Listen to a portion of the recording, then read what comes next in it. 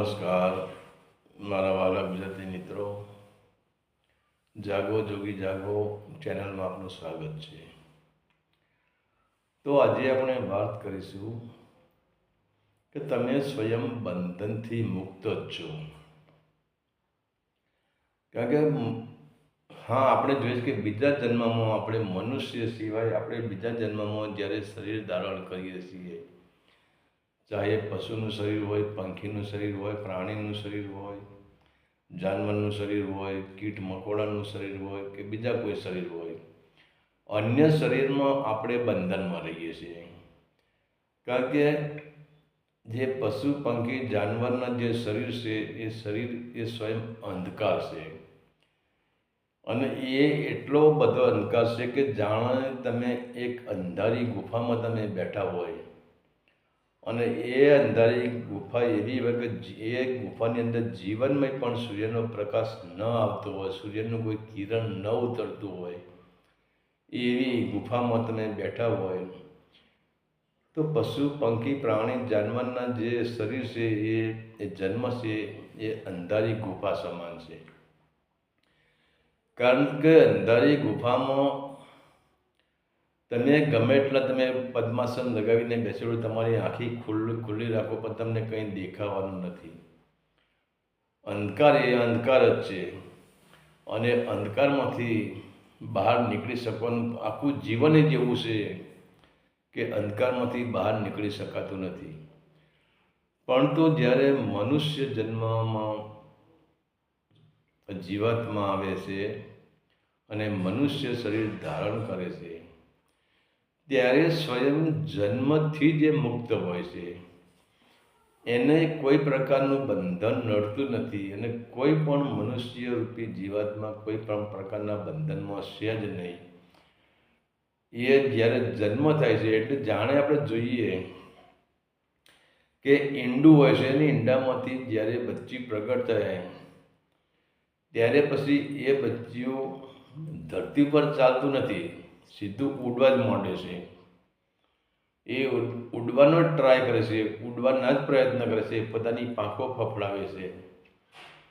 પરંતુ આપણે એક મનુષ્ય રૂપી એક એવું પ્રાણી છે, એવું પંખી છે કે જે પંછી ઉડી શકે છે પણ મનુષ્ય ઉડી શકતો નથી. એની અંદર ચેતનાની બે પાંખીઓ છે. જેમ દરેક પક્ષીને બે પાંખીઓ હોય, એમ દરેક મનુષ્યની અંદર ચેતનાની બે પાંખીઓ છે, એક સત્યની અને કરુણાની, પ્રેમની. પણ આપણે અનંત જન્મોથી આપણે જે આ બીજી યોનિમાં આપણે જ્યારે જન્મતા આવ્યા છીએ, એટલે કહેવાય છે કે કોટી જન્મના પુણ્યથી મળ્યો મનુષ્ય અવતાર. એટલે કોટી જન્મ આપણે પશુ પંખી જાનવરના પ્રાણીઓના શરીરમાં આપણે ફરી વળ્યા છીએ, અને એના કારણે આપણને એમ લાગે છે કે આપણી પાંખીઓ તો છે જ નહીં, આપણે બંધાઈ ગયા છીએ. અને એ જ રીતે જે આપણે 84નું જે કાંઈ પિંજરું છે, લક્ષ 84નું પિંજરું, એમાં આપણે ફસાઈ ગયા છીએ. તો હવે આપણી હાલત કેવી થઈ ગઈ છે? આપણી હાલત પિંજરાના પોપટ જેવી થઈ ગઈ છે. ખરેખર આપણે બંધનમાં તો છે જ નહીં, આપણે પિંજરાનું પંખી તો છીએ જ નહીં, આપણે મુક્ત જ છીએ. પરંતુ આપણને જે આ પિંજરું એટલું બધું સુંદર લાગે છે, એટલું બધું રળિયામણું લાગે છે, અને બીજા નંબરે પિંજરામાં આપણને સંપૂર્ણ સુવિધાઓ મળી રહે છે. તમે જુઓ, એક પોપટ જ્યારે મહારાજાના પિંજરામાં હોય ત્યારે પહેલાં પોપટ તો એ પિંજરું જોઈને જ એને થઈ જાય કે ઓહો, હું કેટલો ભાગ્યશાળી છું, તો મારા માટે આ સોનાનું પિંજરું, હીરે જડેલું પિંજરું, અને જુઓ તો ખરો મારા બેસવા માટે રેશમની ગાદી, મારે અંદર ખાવા માટે કેવી કઈ જાતના ફળ ફૂલ ફ્રૂટ બધું કેટલું મેં પડ્યું છે, અને હું કેટલો ભાગ્યશાળી હું પિંજરામાં આવી ગયો. અને બીજા નંબરે પિંજરામાં ભય નથી. ખુલ્લા આસમાનમાં ભય છે કે ખુલ્લા આસમાનમાં પોપટ ઉડતો હોય તો બાજ એનો શિકાર કરી શકે છે, બીજો પક્ષી એનો શિકાર કરી શકે છે, પણ પિંજરામાં કોઈનો ભય નથી.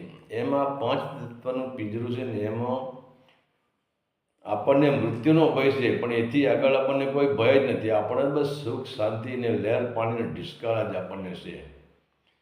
એટલે જ આપણને લક્ષ રાશિનું પિંજરું ફાવી ગયું છે, સારું લાગે છે કે આમાં મજા છે. બીજું કોઈ ઘર્ષણ તો નહીં ને બહારનું, કે તમારે મૂલાધાર ચક્ર જાગૃત કરવું ને એનાથી આગળ સ્વાધિષ્ઠાન ચક્ર, પેલું ચક્ર જાગૃત કરવું, પેલું ચક્ર જાગૃત કરવું, ધીરે ધીરે ઉપર ચડવું ને અનાહતમાં બોન, ધીરે ધીરે ભવર ગુફામાં સંજમન, આ બધી જપા ક્યાં કરીએ? આપણે પિંજરામાં મસ્ત શાંતિ છે એટલે આપણે બેસી રહ્યા છીએ. પણ આ પિંજરાના કારણે આપણી એ દશા થઈ ગઈ છે કે આપણે બંધનમાં હોવા ન છતાં આપણે બંધનમાં આવી ગયા છીએ. અને તમે એ પોપટ જ્યારે એક પિંજરામાં હતો અને ત્યારે તો જુઓ, જેનું નામ એનો નાશ, કે સમય પરિવર્તન છે. અને પછી એક સમય એવો કે એ પોપટને વૃદ્ધાવસ્થા આવી ગઈ. એટલે હવે રાજાએ એ પોપટને છોડી ગયેલો અને બીજો નવો પોપટ હતો, યંગ પોપટ, જે જવાન પોપટ હતો, એને પિંજરામાં દાખલ કરી દીધો. અને પેલો જે વૃદ્ધ પોપટ થઈ ગયો એને છોડી મૂક્યો, જે અશક્ત થઈ ગયો એને છોડી મૂક્યો. હવે એ પોપટ જ્યારે છોડી મૂક્યો તો એ ઉડવાનું તો ભૂલી જ ગયો હતો, કારણ કે પિંજરામાં એની પોતાની જે બે પાંખો હતી એનું વિસ્મરણ થઈ ગયું હતું અને એ ઉડી શકતો નહોતો, એ ચાલવા લાગ્યો. અને ત્યારે પછી જંગલમાંથી બીજો એક પોપટ આવ્યો, એને કીધું આ પોપટ ઉડતો કેમ નથી? ત્યારે એ પોપટ પેલા પોપટ પાસે આવીને કહે છે કે અલ્યા ભાઈ, હું પણ પોપટ છું ને તું પણ પોપટ છે, તો હું ઉડી શકું, તું કેમ ઉડી શકતો નથી? ત્યારે પેલો પોપટ કહે મારે પાંખ્યો જ નથી. અરે પેલો પોપટ કહે અરે ગાંડા, જોતો કરો તારે પણ બે પાંખ્યો છે, તો હું ઉડી શકું, તું પણ ઉડવાનો પ્રયત્ન કર, તું પણ ઉડી શકીશ. પણ કહેવાનો મતલબ પેલા પોપટને એની પાંખો પર હવે વિશ્વાસ નથી રહ્યો, કારણ કે એને આખું જીવન પિંજરામાં વિતાવ્યું છે અને એને ભય છે કે હવે તો હું ક્યાંથી ઉડી શકું. તો એવી જ રીતે આપણે અનંતો જન્મોથી આ લક્ષ 84ના પિંજરામાં આપણે ફસાઈ ગયા છીએ. અને એ લક્ષ 84ના પિંજરામાં આપણે લહેર પાણીને ઢિસકાર જ કર્યા છે, બીજું કંઈ કરી નથી. આપણી પાંખોને આપણે યાદ કરી નથી, આપણા પરમાત્માને આપણે યાદ કરી નથી, આપણા ઘરને આપણે યાદ કરી નથી. અને પિંજરા તમે જુઓ તો કરો, પિંજરા તો બહાર વિરાટ અસ્તિત્વ છે. હવે પિંજરામાંનો જે પોપટ હોય એને શું, એને પિંજરું એ જ અસ્તિત્વ લાગે, એને વિરાટની ખબર જ નથી. જો એને વિરાટની ખબર હોય કે અસ્તિત્વ વિરાટ છે અને હું એક પિંજરામાં પૂરાઈ ગયો છું, તો જો મારે અસ્તિત્વના દર્શન કરવા હોય તો મારે પિંજરામાંથી બહાર નીકળવું પડે. જો એ પિંજરામાંના પોપટને આટલી ખબર પડી જાય તો પછી એ પિંજરામાં રહી શકે નહીં, પિંજરામાંથી બહાર નીકળી જાય અને નીલ ગગનનું પંછી બનીને એ પોપટ પોતાની બંને પાંખો ફેલાવતો વિરાટ અસ્તિત્વના દર્શન કરે અને આનંદમાં રહે. અને અસ્તિત્વના ખોળે જે એને મીઠા મીઠા ફળ મળે છે એ ફળ ખાય અને પોતાનું જીવન ચલાવે, પોતે અમીર જ પીવે. પણ હવે પિંજરામાં રહેલા પોપટને એમ જ લાગે છે કે અસ્તિત્વ આવડું જ છે, આ પિંજરું એ જ મારું અસ્તિત્વ. અને એમ જ આજે આપણે થાપ ખાઈ ગયા છીએ. જેમ એક પોપટ થાપ ખાઈ ગયો છે, એને વૃદ્ધાવસ્થામાં જ્યારે રાજાએ છોડી મેળ્યો ત્યારે ઉડી શકતો નથી, તો એને આજે પણ આપણે મનુષ્ય જન્મમાં આવ્યા પછી પણ આપણા પર આપણને વિશ્વાસ નથી કે મારી સત્યની અને કરુણાની બંને પાંખો છે, એ બે પાંખોથી હું સૂક્ષ્મ નાડીમાં પ્રવેશ કરીને હું ઉડી શકીશ અને સહસ્ત્રાળમાં આવીને અનંત અસ્તિત્વનો હું નીલ ગગનનું પંછી બની જઈશ અને અનંત અસ્તિત્વને હું ઉડી શકીશ, અનંત અસ્તિત્વને હું જોઈ શકીશ અને સમષ્ટિમાં હું ભળી જઈશ. કે આટલી બધી ઊંચાઈએ ઉડવાની આપણી શક્યતા તો છે જ, એમ છતાં આપણે એ શક્યતાને અશક્ય કરી દીધું છે. એનું કારણ શું છે? કે પહેલી વાત તો આપણે લક્ષ 84ના પિંજરામાં પૂરાયા છીએ. હવે પૂરાઈ તો ગયા, પિંજરામાં તો આપણને લક્ષ 84 નામનો એક મહારાજા છે. એ મહારાજાએ લક્ષ 84ના કાળ નામના મહારાજાએ, અને આ લક્ષ 84નું પિંજરું એ કાળ નામના મહારાજાનું છે.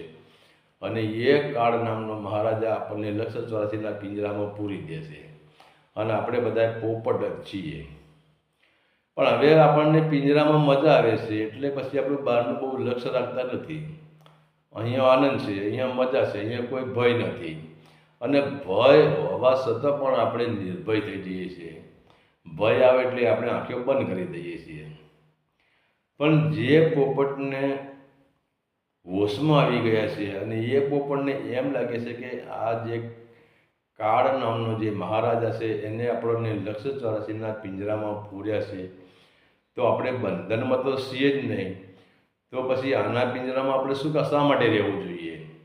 અને આવા જે હોશમાં આવી ગયા છે જે પોપટ, એ પિંજરા બહાર નીકળી ગયા છે. અને પોતે સંત પણ, એમને આપણે સંતની પદવી આપીએ છીએ, એમને આજે આપણે પૂજા કરીએ છીએ.